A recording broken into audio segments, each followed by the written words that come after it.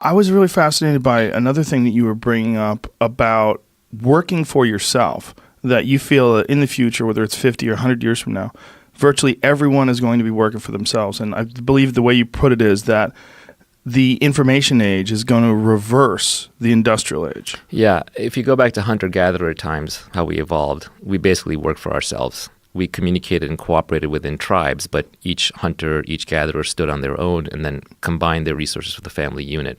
But there was no boss hierarchy where you're like the third middle manager down. In the farming age, we became a little bit more hierarchical as we had to run farms, but even those were still mostly family farms. It's industrial work with factories that sort of created this model of thousands of people working together on one thing and having bosses and schedules and times to show up. The reality is, if you have to go, I don't care how rich you are, I don't care whether you're like a top Wall Street banker, if you have to go, if somebody can tell you when to be at work and what to wear and how to behave, you're not a free person. You're not actually rich. So we're in this model now where we think it's all about employment and jobs. And intrinsic in that is that I have to work for somebody else. But the information age is breaking that down. So Ronald Coase is an economist who has this Coase theorem, a very famous theorem, but it basically just talks about why is a company the size that it is? Why is a company one person instead of 10 people, instead of 100, instead of 1,000? And it has to do with the internal transaction costs versus the external transaction costs. Let's say I want to do something, let's say I'm building a house and I need someone to come in and provide the lumber. I'm a developer, right? Do I want that to be part of my company? Or do I want that to be an external provider? A lot of it just depends on how hard it is to do that transaction with someone externally versus internally. If it's too hard to keep doing the contract every time externally, I'll bring that in-house. If it's easy to do externally and it's a one-off kind of thing, I'd rather keep it out of the house.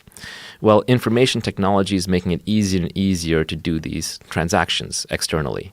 It's becoming much easier to communicate with people. Gig economy, I can send you small amounts of money. I can hire you through an app. I can rate you afterwards.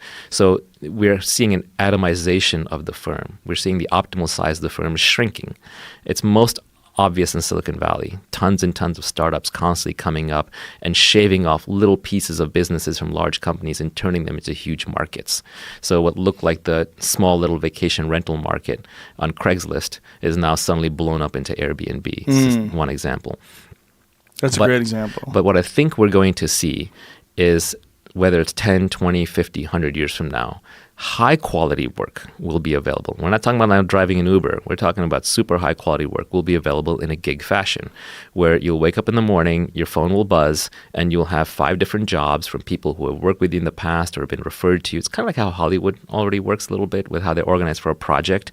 You decide whether to take the project or not. The contract is right there on the spot. You get paid a certain amount. You get rated every day or every week. You get the money delivered. And then when you're done working, you turn it off and you go to Tahiti or wherever you want to spend the next 3 months. And I think the smart people have already started figuring out that the internet enables this, and they're starting to work more and more remotely on their own schedule, on their own time, on their own place, with their own friends, in their own way. And that's actually how we are the most productive. So the information revolution, by making it easier to communicate, connect, and cooperate, is allowing us to go back to working for ourselves. And that is my ultimate dream. Even when I run a company and I have employees, I always tell those people, hey, I'm going to help you start your company when you're ready, because I think that's the highest calling. Maybe not everybody will get there, but it would be fine if we were even working a 10-person company or a 20-person company is way better than working in a 1,000-person company or 10,000-person company.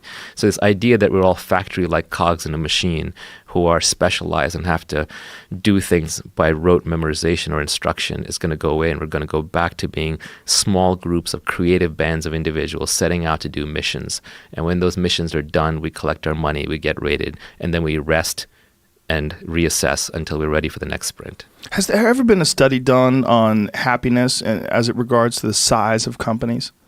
Not that I'm aware, but to me it's obvious. It's just obvious. The smaller the company, the happier you're going to be, the more human your relations are, the less you have rules to operate under, the more flexible, the more creative, the more you be treated like a human just because you're able to do multiple things. Yeah.